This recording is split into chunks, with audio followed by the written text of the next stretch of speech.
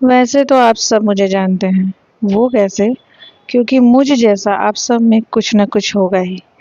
तो मैं आप जैसी ही हूँ, पर थोड़ी-सी अलग हूँ। तो चलिए जी ब्लॉग शुरू करते हैं।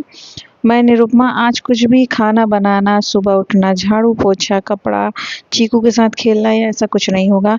आज हम सिर्फ़ महादेव जी के दर्शन करने चलेंगे और साथ ही साथ मैं आप सबको भी करवाऊँगी। तो ये मेरी दूसरी तीज की साड़ी थी, तो मैंने कहा भाई हल्की सी है पहन लेते हैं और आज मंदिर चलते हैं। चीकू साथ में नहीं जाने वाली थी, तो मैंने आज साड़ी पहनी और हम निकल गए थे। जब हम निकले तो हल्की-हल्की बारिश हो रही थी, झीसी टाइप की पड़ रही थी, कुछ दूर बारिश हो रही थी, कुछ दूर रुक गई थी। तो मैंने सोचा आपको दिखाते हुए चलती हूँ, मौसम कितना सुंदर है ना, मुझे ऐसे मौसम में बाहर निकलना और चाय पीना टपरी पे बहुत पसंद है। तो वैसे हम सब जा रहे हैं महादेव के दर्शन करने। सावन का दूसरा सोमवार है, तो मैंने सोचा कि मैं जब दर्शन करने जा रही हूँ तो आप सबको भी कराऊँ और आप सब अपने घर पे बैठे-बैठे वनखंडी शिवजी महाराज का दर्शन कर सकें। तो ये हमारे घर से काफ़ी दूर है, फिर भी हम गए थे। हमने कहा क्योंकि यहाँ पे ज़्यादा भीड़ नहीं होगी, हमने यही सोच कर के हम गए थे क्योंकि बाबा विश्वनाथ के पास बहुत ज़्यादा भीड़ होगी और वहाँ पे बहुत सारे नदी मतलब गंगा जी काफ़ी ऊपर आई हुई हैं। तो ये हैं वनखंडी महाराज जी और ये चूँकि सहारनपुर में भी इनका एक मंदिर है और ये जंगल से घिरे हुए बीच में शिव जी हैं, इसलिए इनका नाम वनखंडी या वनखंडी रखा गया है। और बस ये सहारनपुर में जो है वो महाभारत काल से जुड़ा हुआ है शायद, ऐसा मैं जानती हूँ जहाँ तक। और पांडवों के अज्ञातवास के दौरान सहदेव ने यहाँ भगवान शिव की कठोर तपस्या की थी।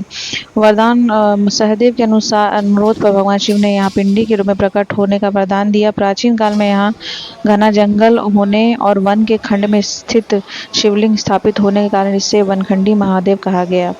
तो दोबारा जब ये जो है वनखंडी महाराज शिव जी का मंदिर बनाया गया वाराणसी में और रविंद्रपुरी इलाके में स्थित है। मंदिर 200 वर्ष से अधिक पुराना है। इसकी स्थापना 1818 में स्वामी वनखंडी महाराज जी ने की थी। और इसमें क्या है कि 1993 में इस मंदिर का पुनर्निर्माण किया गया और इसे पूर्ण रूप से एक विशाल शिवलिंग के आकार में बनाया गया, इसलिए ये ऐसा दिख रहा है। यह मंदिर जमीन से लगभग 10 फीट ऊंचे स्तंभों पर स्थित है और ऊपर से देखने पर इसकी सीढ़ियां शिवलिंग के अर्घ जैसी दिखाई देती हैं।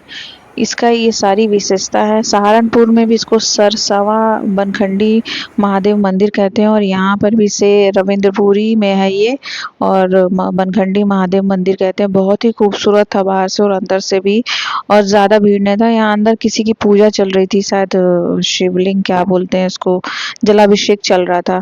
तो हम लोग भी उसी में जल चढ़ाया और दूध चढ़ाया, फूल चढ़ाया, बेलपत्र चढ़ाया, फिर हम चले आए बाहर।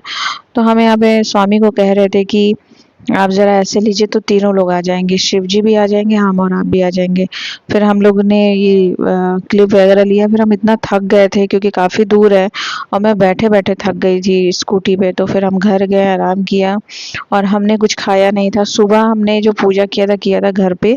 फिर हमने पहले सोमवार हम बाहर नहीं जा पाए थे, मतलब मंदिर नहीं गए थे जल चढ़ाने, तो मैंने कहा कि दूसरे सोमवार चलते हैं।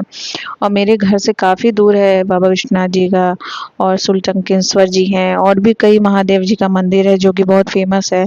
दूर है और काफ़ी भीड़ रहती है और बरसात का मौसम भी है, गंगा जी भी ऊपर आ गई हैं, इसलिए हम लोग थोड़ा सा safe and side Bankhandi Mahadev मंदिर ही गए और वहाँ पे जाकर के दर्शन किया, जल चढ़ाया, फिर हम घर चले आए। थक गए थे तो थोड़ा आराम किया पहले चेंज करने के से पहले। फिर मैंने घर पे भी पूजा किया जो कि मैं जल्दी में सुबह में नहीं कर पाई थी, तो मैंने जल वल चढ़ाया, बेलपत्र वगैरह घर पे भी शिव जी को चढ़ाया। उसके बाद मैंने रोटी सब्जी बनाया और ये मैंने कुंदरू उंदरू काट के धुल के रख दिया था कि मैं कल बनाऊंगी। ये एक दिन पहले की सब्जी थी, लौकी का मैंने बनाया था वो है, चावल है, फिर रोटी सब्जी और खीरे के सलाद के साथ हम खाएंगे। एक रोटी में घी लगा करके हम चीकू को भी खिला देते हैं। और फिर स्वामी अपना काम कर रहे थे, मेरा खाना बन गया था, मैंने आराम किया। फिर थोड़ा बहुत चाय हमने पिया क्योंकि चाय पीने का मन कर रहा था, थकान थी काफ़ी। चाय पीने के काफ़ी देर बाद हमने खाना खाया और बस आज का ब्लॉग इतना ही था। आप सबको कैसा लगा ज़रूर बताइएगा और महादेव जी के दर्शन करिएगा। आप महादेव आप सब पे अपनी कृपा बनाए रखें। Bye bye bye.